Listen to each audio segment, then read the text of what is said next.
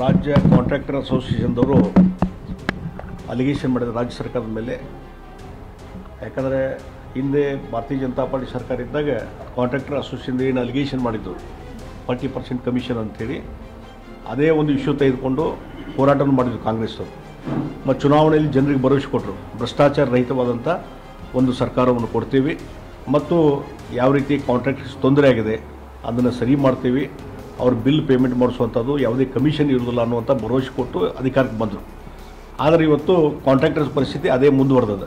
ಎಲ್ಲಿವರೆಗೆ ನಿನ್ನೆ ಕಾಂಟ್ರಾಕ್ಟರ್ಸ್ ಅಸೋಸಿಯೇಷನ್ದವರ ಅಧ್ಯಕ್ಷರು ಪತ್ರ ಬರೆದು ಮುಖ್ಯಮಂತ್ರಿಗೆ, ನೋಡ್ರಿ ಹಿಂದೆ BJP ಸರ್ಕಾರಕ್ಕೆ ಏನು ಕರಪ್ಷನ್ ಇತ್ತು ಅದರ ಡಬಲ್ ಇವತ್ತು ಕರಪ್ಷನ್ ಆಗಿದೆ, ಪ್ರತಿಯೊಂದಕ್ಕೂ ಸದ್ಯಕ್ಕೆ ನಾವು ಹಣ ಕೊಡಲಾರ್ದೆ ಯಾವುದೇ ಕೆಲಸ ಆಗ್ತಾ ಇಲ್ಲ ಅನ್ನುವಂಥದ್ದು ಇವತ್ತು ಕಾಂಟ್ರಾಕ್ಟರ್ ಅಸೋಸಿಯೇಷನ್ದವರು ಇವತ್ತು ಮುಖ್ಯಮಂತ್ರಿ ಗಮನಕ್ಕೆ ತೊಗೊಂಬಂದಿದ್ದಾರೆ, ಇಡೀ ರಾಜ್ಯದ ಜನತೆ ಗಮನಕ್ಕೆ ತೊಗೊಂಬಂದಿದ್ದಾರೆ.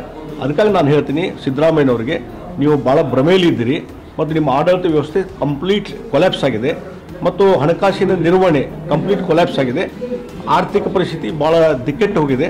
ಆ ಹಿನ್ನೆಲೆಯಲ್ಲಿ ಭ್ರಷ್ಟಾಚಾರ ಮಿತಿಮೀರಿದೆ. ಈಗ 40% ನೀವು ಅಲಿಗೇಷನ್ ಮಾಡಿದ್ರಿ, ಆ ಡಬಲ್ ಅಂದರೆ ಈಗ 80% ಆಗಿದೆ ಅಂತ ಅನ್ನಿಸ್ತದೆ.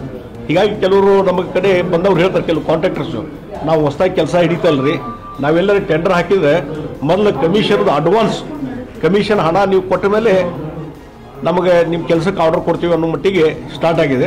ಅದರಿಂದ ಭಾಳಷ್ಟು ಸಮಸ್ಯೆ ಆಗಿದೆ ಅನ್ನುವಂಥ ಮಾತನ್ನು ಹೇಳ್ತಾರೆ. ಯಾವುದೇ ಅಭಿವೃದ್ಧಿ ಕೆಲಸಗಳು ಆಗ್ತಾ ಇಲ್ಲ ಮತ್ತು ಯಾವುದೇ ರೀತಿಯಾದಂಥ ಟ್ರಾನ್ಸಾಕ್ಷನ್ಸ್ ಅದಕ್ಕೆ ಆಗ್ತಾ ಇಲ್ಲ. ಆ ರೀತಿ ಪರಿಸ್ಥಿತಿ ರಾಜ್ಯದ್ದಾಗಿದೆ. ಇದರಿಂದ ರಾಜ್ಯದ ಹಿತಾಸಕ್ತಿಗೆ ಭಾಳ ಧಕ್ಕೆ ಆಗಿದೆ ಮತ್ತು law and order administration complete collapse ಆಗಿದೆ. ಎಲ್ಲ ಕಡೆ ಇವತ್ತು ಮಳೆ ಬರ್ತಾ ಇದೆ, ದೊಡ್ಡ ಪ್ರಮಾಣದಲ್ಲಿ ನೆರೆ ಹಾವಳಿ, ಅದಕ್ಕೂ ಸಹಿತ ಪರಿಹಾರ ಕೊಡಲಾರದ ಪರಿಸ್ಥಿತಿ ರಾಜ್ಯ ಸರ್ಕಾರ ಇದೆ. ಜನ ಮತ್ತು ರೈತರು ಇವತ್ತು ಒದ್ದಾಡ್ತಾ ಇದ್ದಾರೆ. ಎಲ್ಲ ವರ್ಗದ ಜನರಿಗೆ ಇವತ್ತು ಒಂದು ಶಾಕಿಂಗ್ ಕೊಡುವಂಥ ಕೆಲಸ ರಾಜ್ಯ ಸರ್ಕಾರ ಮಾಡಿದೆ.